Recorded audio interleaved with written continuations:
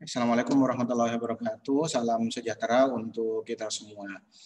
Kayak hari ini saya akan diskusi tentang penelitian di bidang computing. Kalau di materi sebelumnya sudah saya bahas tentang masalah yang ada yang akan kita bahas. Terutama sebelumnya saya bahas tentang konsep dari penelitian itu apa. Selanjutnya kalau kita sudah paham tentang konsep penelitian, selanjutnya kita fokus ke masalah yang ada dan dilandasin dengan studi literatur dan studi lapangan. Baru selanjutnya kita fokus ke solusi yang akan kita gunakan. Nah, solusi yang akan kita gunakan tentunya harus dilandasi dengan studi literatur. Studi literatur di sini berarti kita fokus ke penelitian-penelitian yang sudah dilakukan oleh peneliti yang lainnya. Sehingga ketemu antara problem dan approach. Sehingga setelah ketemu problem dan approach, kita bisa membuat yang namanya kerangka untuk latar belakang masalah kita. Oke, hari ini saya akan melanjutkan materi sebelumnya. Saya fokus ke masalah penelitian. Oke, masalah penelitian merupakan alasan utama mengapa penelitian harus dilakukan. Jadi karena ada masalah, baru kita mencari solusi untuk menyelesaikan permasalahan tersebut. Masalah penelitian harus objektif, tidak boleh subjektif, dan harus dibuktikan secara logis dan valid bahwa masalah itu benar-benar masalah. Seperti yang sudah saya bahas di materi sebelumnya. Masalah tersebut harus dilandasi dengan studi literatur dan studi lapangan. Oke, supaya logis dan valid, perlu dilakukan objektifikasi masalah dengan cara melandasi masalah penelitian dengan cara penelitian lapangan. Bisa kita melakukan melalui angket, kuesioner, atau contohnya kuesioner secara langsung, ataupun yang lain-lainnya. Selanjutnya penelitian literatur, berarti atau yang biasa disebut dengan studi literatur, melalui paper di jurnal atau press proceeding dan yang lain-lainnya, yang menunjukkan kalau masalah itu benar-benar masalah. Oke, pentingnya masalah penelitian, seperti perlu kita ingat adalah kualitas penelitian ditentukan oleh kualitas masalah yang diteliti, bukan karena ketinggian teknologi yang kita gunakan. Oke, review jurnal internasional menjadi masalah penelitian sebagai parameter utama proses review. Jadi review jurnal nasional atau jurnal internasional yang nantinya akan jadi tolak ukur kita terhadap solusi yang nantinya akan kita gunakan. Untuk mencapai orisinalitas dalam penelitian, masalah penelitian bisa dilihat dengan dua cara. Agar nanti penelitian kita bisa dikategorikan orisinalitas atau asli menurut Christian Dawson, bisa dilihat dari dua cara. Yang pertama, orisinalitas dari hasil. Objek penelitian orisinalitas alias belum pernah diteliti oleh orang lain. Berarti penelitian kita dikategorikan orisinalitas dilihat dari hasilnya. Objek penelitian orisinal alias belum pernah diteliti oleh orang lain. Yang kedua, objek penelitian tidak orisinal, sudah diteliti oleh orang lain, tapi kita menggunakan teknik lain atau memecahkan masalah. Berarti kita menggunakan metode yang berbeda. Sebelumnya masalah tersebut sudah pernah dibahas oleh orang lain. Cuman kita menggunakan cara lain untuk menyelesaikan masalah tersebut. Tetap dikategorikan orisinalitas. Jadi orisinalitas nanti bisa dilihat dari dua. Yang pertama dari hasil, yang pertama dari hasil dan yang kedua dari metode. Selanjutnya saya bahas tentang tema, judul, dan abstrak penelitian. Biasanya kan di penelitian atau deskripsi ada yang namanya abstraksi. Baik itu di skripsi atau contohnya di tesis atau contohnya di disertasi atau contohnya di artikel ilmiah. Judul penelitian sebaiknya singkat, padat, dan mewakili seluruh isi penelitian kita. Judul penelitian wajib memuat yang pertama approach. Approach di sini berarti model atau metode yang kita gunakan. Selanjutnya yang kedua, tujuan penelitian. Berarti ada dua nih yang wajib. Yang pertama approach atau model, yang kedua tujuan. Oke, judul penelitian tugas akhir contohnya. Kalau saya analogikan, yang warna hijau, yang wajib tuh approach dan tujuan. Oke, ada approach, selanjutnya ada tujuan dan objek. Lihat warnanya. Approach di sini berarti metode, tujuan selanjutnya objek. Yang wajib berarti approach dan tujuan. Contoh, penerapan metode simple additive weighting untuk penilaian kinerja karyawan pada PT contohnya ABC contohnya. Berarti approach-nya SAW atau simple additive weighting, tujuannya penilaian kinerja karyawan. Selanjutnya, penerapan metode weighted sum modal dalam penentuan peserta jaminan kesehatan masyarakat. Oke, ini contoh penelitian tugas akhir, berarti yang wajib yang warna merah dan warna biru, sedangkan yang warna orange sunnah sih sebenarnya. Sedangkan untuk yang warna hitam ini sebenarnya untuk menyambungkan antara statement satu dengan statement yang lainnya. Sistem pendukung keputusan penentuan karyawan terbaik, berarti kan tujuannya untuk penentuan karyawan terbaik, menggunakan metode AHP dan TOPSIS. Berarti dua metode sekaligus yang dia gunakan. Penerapan metode TOPSIS pada sistem pendukung keputusan penerimaan beasiswa di Universitas Dian Nuswantoro. Berarti approach-nya dia menggunakan metode TOPSIS, tujuannya penerima beasiswa. Objeknya Universitas Dian Nuswantoro. Sistem pendukung keputusan penentuan pemenang tender proyek. Berarti tujuannya penentuan pemenang tender proyek. Metodenya dia menggunakan metode SMART. Sedangkan objeknya Dinas PU Aceh. Contoh lain, penerapan algoritma a priori untuk analisa data penjualan. Tujuannya analisa data penjualan, approach-nya algoritma a priori. Sistem rekomendasi pemesanan spare part dengan algoritma FP Growth. Berarti approach-nya FP Growth, tujuannya rekomendasi pemesanan spare part. Ada lagi contohnya analisis dan perbandingan metode a priori dan FP Growth untuk mencari pola daerah strategis pengelolaan kampus. Oke, berarti yang warna merah approach, yang warna biru adalah tujuan. Ada penerapan algoritma naive Bayes untuk klasifikasi data nasabah asuransi. Approach-nya naive Bayes, tujuannya klasifikasi data nasabah. Penerapan algoritma C4.5 untuk klasifikasi kredit macet. Tujuannya klasifikasi kredit macet, approach-nya C4.5 dan seterusnya.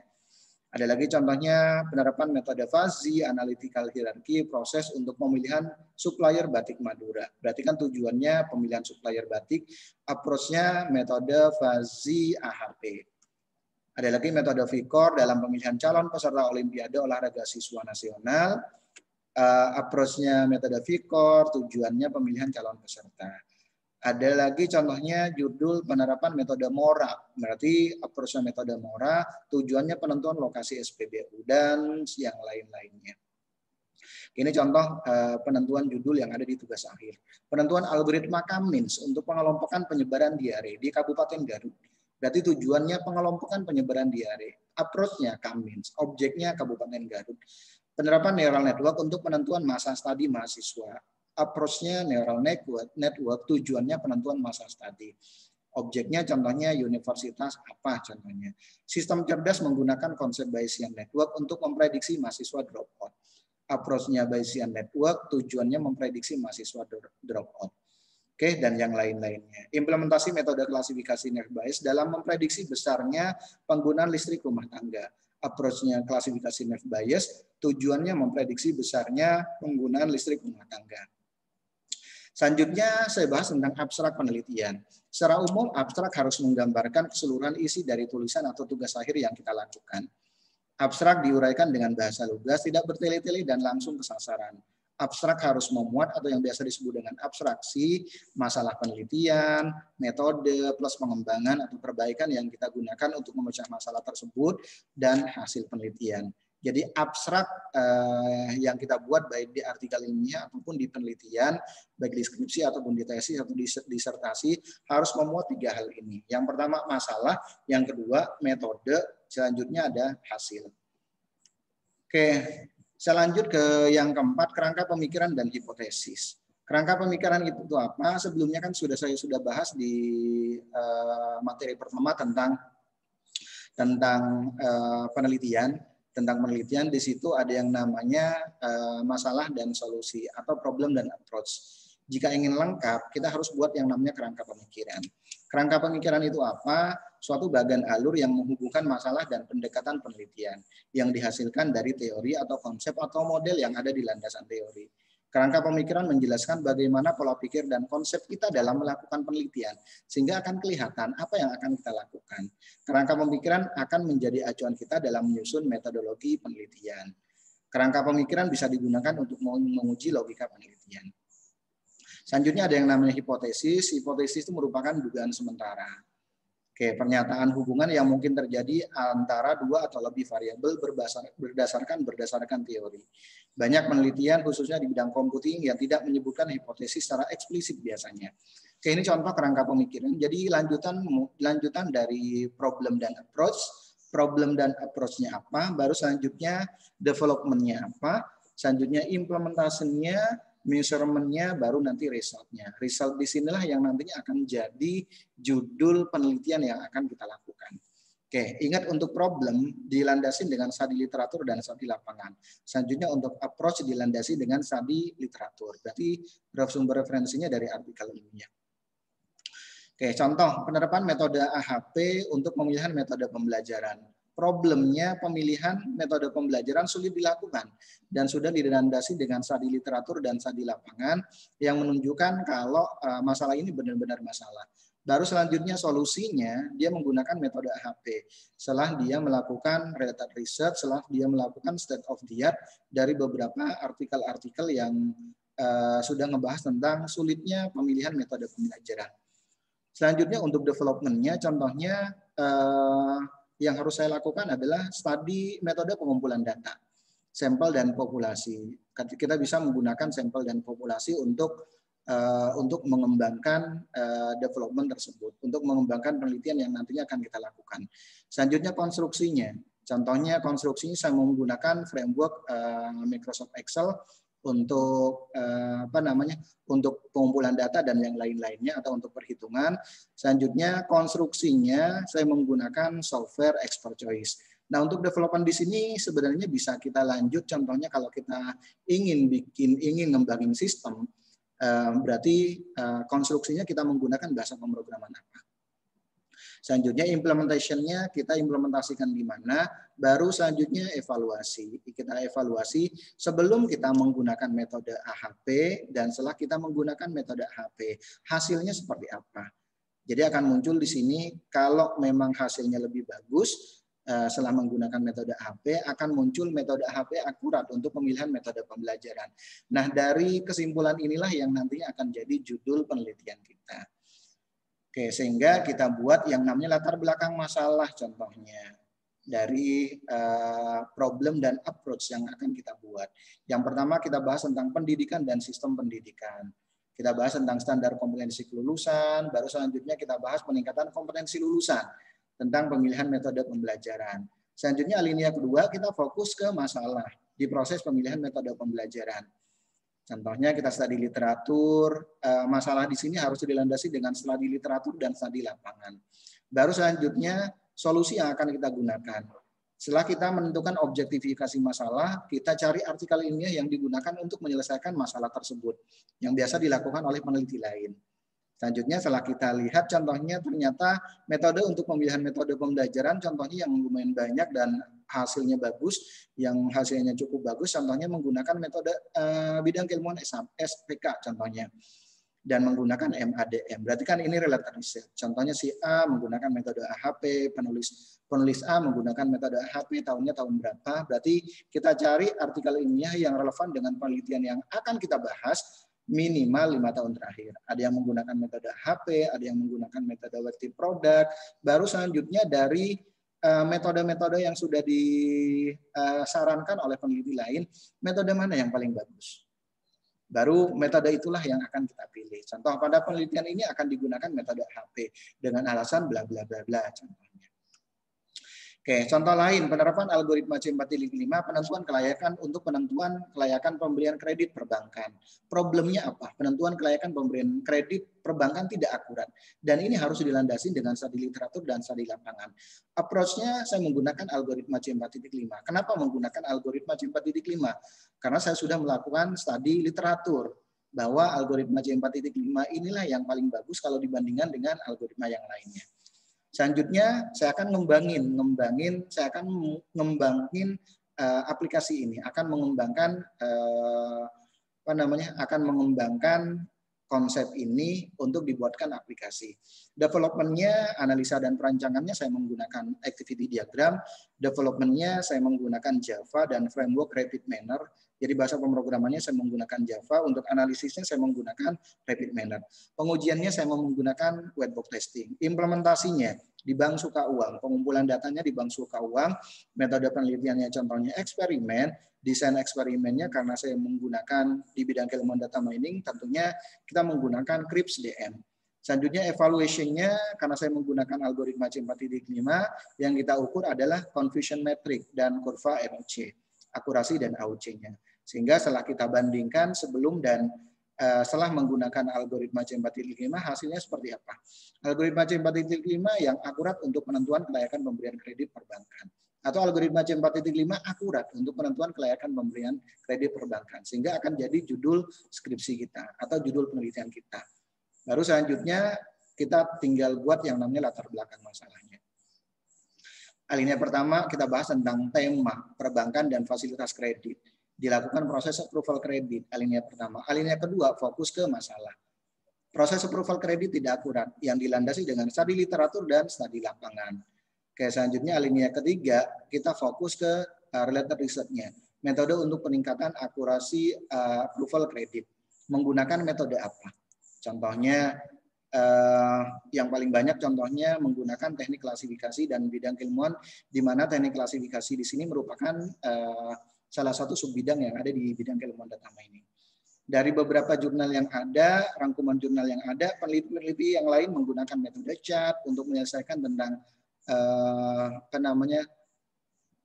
kredit yang bermasalah ini. Ada yang menggunakan metode naive Bayes, ada yang menggunakan metode decision tree. Baru selanjutnya kita lihat nilai akurasi tertinggi yang mana gitu dari beberapa metode yang sudah dilakukan oleh peneliti yang lainnya.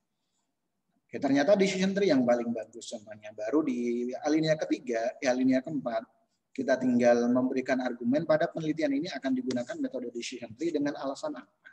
Bla bla bla bla contohnya. Oke, sehingga rumusan masalahnya contohnya penentuan kelayakan pemberian kredit perbankan tidak akurat. Belum diketahuinya metode klasifikasi data mining yang akurat untuk penentuan kelayakan pemberian kredit perbankan. Kita bisa menggunakan komparasi metode. Pertanyaan penelitian, bagaimana akurasi metode decision tree untuk penentuan kelayakan pemberian kredit perbankan? Oke, kalau kita komparasi berarti yang nomor 2 nih. Berarti contoh lain seperti yang ada di depan ini. Hampir sama. Selanjutnya sumber referensi yang bisa kita jadikan sebagai landasan teori yang paling bagus itu sebenarnya dari jurnal ilmiah. Yang paling bagus, baik yang diterbitkan dari ICM ataupun yang lain-lainnya. Yang berikutnya tesis dan disertasi atau dari jurnal, selanjutnya baru buku. Berarti kalau ngomongin tentang tinjauan jurnal, berarti kita harus ngambil dari artikel ilmiah. Sedangkan kalau ngomongin tentang landasan teori, berarti sumber referensinya dari buku. Oke, selanjutnya jenis citation yang ada, terutama nanti di bab 2 atau contohnya bab 1 atau contohnya di bab 3. Pasti kita tidak lepas dari yang namanya ngutip. Nah, jenis citation atau pengutipan itu ada beberapa cara. Yang pertama, kutipan atau yang biasa disebut dengan quotation. Kata-kata yang diambil persis sama dengan apa yang dituliskan tanpa perubahan, ditulis dalam tanda kutip biasanya. Selanjutnya, berarti kita ngutip dari kalimat atau statement yang ada di buku ataupun dari artikel ilmiah tanpa merubah statement tersebut. Itu yang disebut dengan kutipan, quotation.